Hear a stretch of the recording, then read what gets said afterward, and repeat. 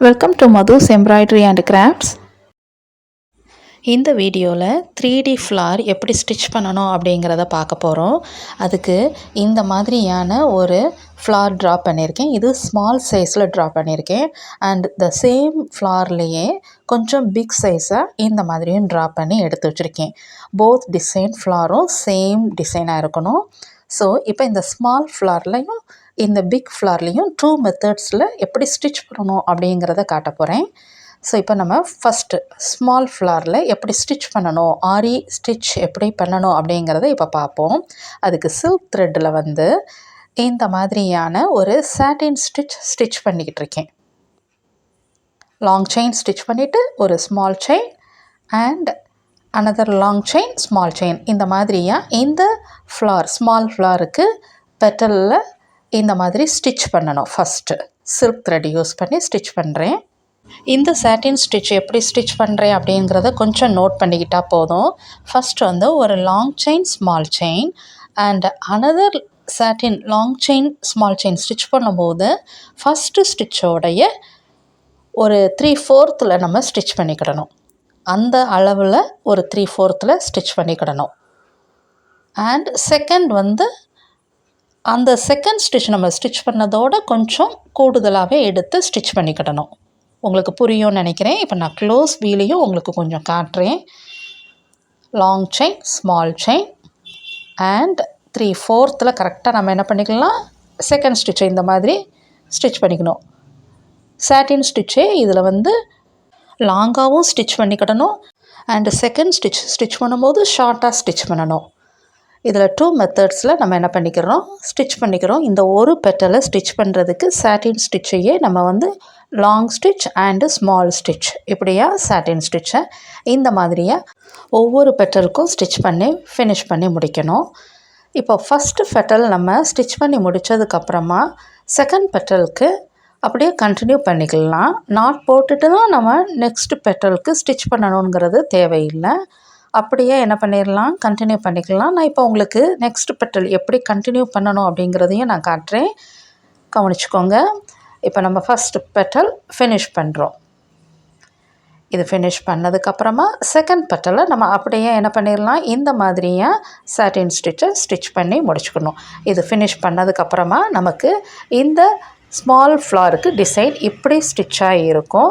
இதே மாதிரி நான் ஃபினிஷ் பண்ணி வச்சுருக்கிற எல்லா அந்த ஸ்மால் ஃப்ளார்லேயும் சென்டரில் இருக்கிற அந்த சர்க்கிளில் ஃப்ரெஞ்ச் நாட் இந்த மாதிரி ஸ்டிச் பண்ணிக்கிட போகிறேன்.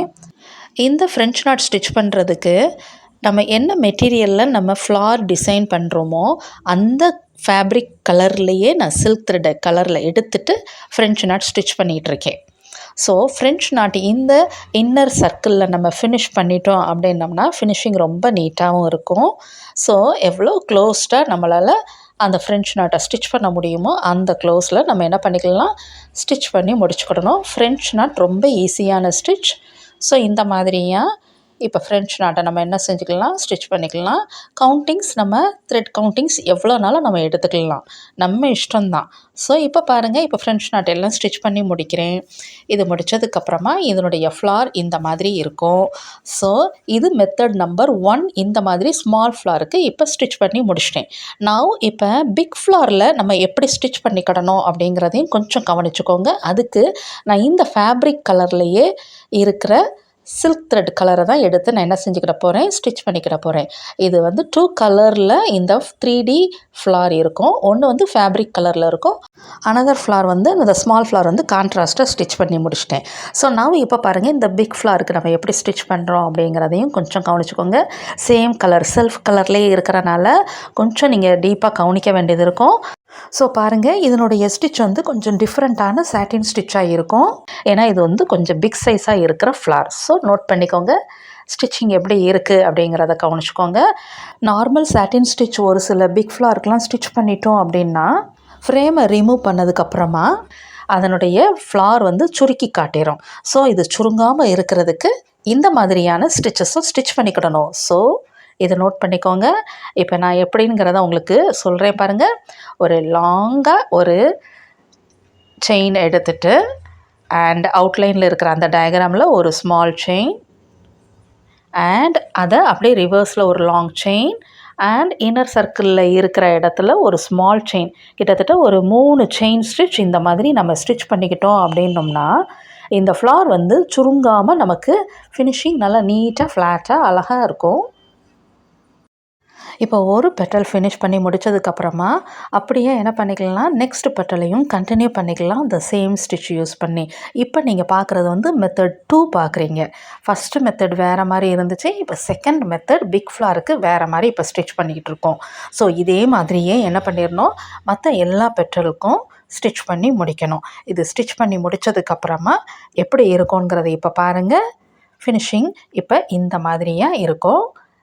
கிளியராக தெரியுதா? ஃப்ளாட்டாக நமக்கு ஒரு ஸ்டிச் ஃப்ளாரில் எப்படி ஸ்டிச் பண்ணிட்டோம் அப்படிங்கிறது. ஸோ இதை நம்ம இப்போ என்ன பண்ண போகிறோம் அப்படிங்கிறத இப்போ நீங்கள் கொஞ்சம் நோட் பண்ணிக்கணும். ஏன்னா இப்போ 3D ஃப்ளார் நம்ம மேக் பண்ண போகிறோம். ஸோ இது ஃபினிஷ் பண்ணதுக்கப்புறமா ரிவர்ஸில் பாருங்கள், நம்ம நாட்ஸ் எல்லாமே நமக்கு இப்படி இருக்கும். ஸோ ஃபினிஷிங் எல்லாம் பேக் சைடும் நீட்டாக இருக்கணும். ஸோ இந்த மாதிரியான ஒரு லைனிங் கிளாத்தை இது மேலே வச்சு நான் என்ன பண்ண போகிறேன், ரிவர்ஸ் சைடில் ராங் சைடில் என்ன செஞ்சிடணும், நம்ம ஸ்டிச் பண்ணிட்டோம் அப்படின்னோம்னா ஃபினிஷிங் ரொம்ப நீட்டாக இருக்கும். ஸோ அதுக்கு நான் அடியில் அந்த கிளாத்தை கொடுத்துட்டு அவுட்லைனில் இந்த மாதிரியாக இப்போ 2 கிளாத்தையும் சேர்த்து இந்த மாதிரி ஆரி த்ரெட்டை வச்சு செயின் ஸ்டிச் 1 ரோ மட்டும் ஸ்டிச் பண்ணிக்கிட்டு அண்ட் ரிவர்ஸ் சைடில் இப்போ ஸ்டிச் பண்ண இடத்துல அந்த செயின் மட்டும் இப்போ ஃபினிஷிங் நீட்டாக இருக்குது பார்த்தீங்களா. பேக் சைடு இது காமிக்கிறது, இப்போ பேக் சைடு பார்க்குறீங்க. அண்ட் இதில் வந்து அந்த அவுட்லைனில் நம்ம போட்டிருக்கிற செயின் ஸ்டிச்சில் ஃபேப்ரிக் க்ளூ இந்த மாதிரி அப்ளை பண்ணிக்கிடணும். அப்ளை பண்ணி முடித்ததுக்கப்புறமா அந்த ஃபினிஷிங் எல்லாம் நீட்டாக வேணும். ஸோ இது நல்லா அப்ளை பண்ணிவிட்டு ட்ரை ஆக விட்டுருங்க. ட்ரை ஆன பிறகு இந்த ஃபேப்ரிக் க்ளூ நல்லா இப்படி டிரான்ஸ்பரண்ட்டாக ஆன பிறகு நம்ம கட் பண்ணி எடுக்கணும். இது கட் பண்ணி முடித்ததுக்கப்புறமா நமக்கு இந்த மாதிரியாக நமக்கு ஒரு கட் ஒர்க் ஃப்ளார் டிசைன் கிடச்சிக்கணும். ஸோ இதே மாதிரி தான் நான் இப்போ என்ன செஞ்சுட்டேன், 3D ஃப்ளார் இப்போ மேக் பண்ணிக்கிட்டேன். இப்போ இந்த ஃப்ளார்ஸ் எல்லாமே செப்பரேட்டாக இருக்குது. ஸோ இதெல்லாம் ஜாயின் பண்ணிக்கிட போகிறேன். ஸோ அதை வந்து பேஸில் இந்த பிக் ஃப்ளாரையும் ஸ்மால் சைஸ் இருக்கிற ஃப்ளாரை அது மேலே வச்சுட்டு அங்கங்கே ஒரு ஜாயின் ஸ்டிச், ஒரு ரன்னிங் ஸ்டிச் மட்டும் கொடுத்து ஸ்டிச் பண்ணிக்கிட்டோம் அப்படின்னோம்னா இந்த மாதிரியான ஒரு 3D ஃப்ளார் ரெடி ஆயிடும். ஸோ இந்த வீடியோவில் எப்படி கட் ஒர்க் ஃப்ளார் எப்படி நம்ம மேக் பண்ணிக்கலாம் அப்படிங்கிறத தெரிஞ்சுக்கிட்டீங்க.